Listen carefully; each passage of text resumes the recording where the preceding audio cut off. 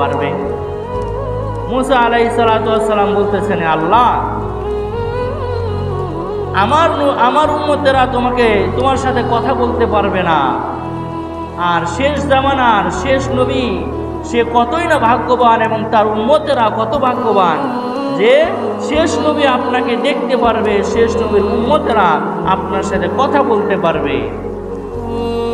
তারা কত সৌভাগ্যশীল। তো মুসা আলাইহিস সালাতু ওয়াস সালাম বলতেছেন, হে আল্লাহ, শেষ নবীর উম্মতেরা আপনার সাথে কিভাবে কথা বলবে? কথা বলার সৌরত কি?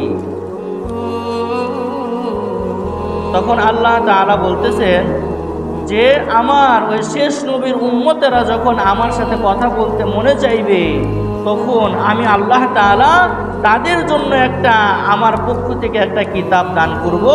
এই কিতাবটা যখন সে পড়বে, ওই কিতাবটা পড়তে পড়তে তারা আমার সাথে কথা বলবে। আল্লাহ তাআলা আপনাকে কোরআনুল কারীম দান করেছেন। এই কোরআনে কারীম কোনো মানুষ যখন পড়ে, তখন সে স্বয়ং আল্লাহ তাআলার সাথে কথা বলে। যে যাকে ভালোবাসে তার সাথে কথা বলার জন্য সে উদ্বেগ থাকে, সে অনেক চেষ্টায় থাকে যে তার সাথে যদি একটু কথা বলতে পারতাম, সে তার মনের প্রশান্তি খুঁজে সেখানে।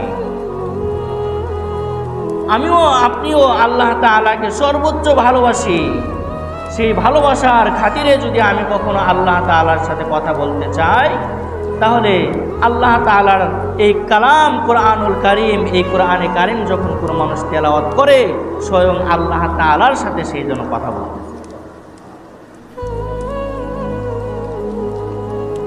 মুসা আলাইহিস সালাতু ওয়াস সালাম আল্লাহ তাআলার কাছে একটা জিনিস আবেদন করেছেন, আর সেটা আদায় হয় নাই, এরকম খুব কম হয়েছে। তো মুসা আলাইহিস সালাতু ওয়াস সালাম আল্লাহ তাআলাকে বললেন, আল্লাহ, আমি আপনাকে দেখতে ইচ্ছা করেছি, তো দেখবো, একটু দেখার সুযোগ করে দেন। আল্লাহ তাআলা বলতেছেন যে তুমি আমার নূরের ঝলক সহ্য করতে পারবে না। আল্লাহ তাআলা এই কথা বলার পরে মুসা আলাইহিস সালাতু ওয়াস সালাম বলতেছেন, আল্লাহ, তারপরে আমি দেখতে চাই।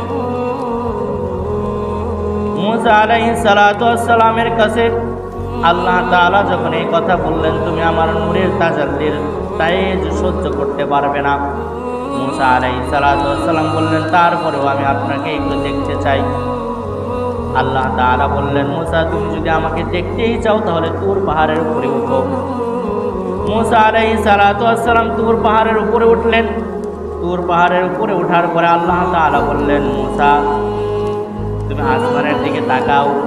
আসমানের দিকে তাকানোর সাথে সাথে আল্লাহ তাআলা তার ৭০,০০০ পর্দার একটা পর্দা উঠানোর সাথে সাথে ওই নূরের চমকানিটা তুর পাহাড়ের উপরে এমনভাবে পড়েছে, ওই তুর পাহাড়টা পুরো সারগার হয়ে গিয়েছে।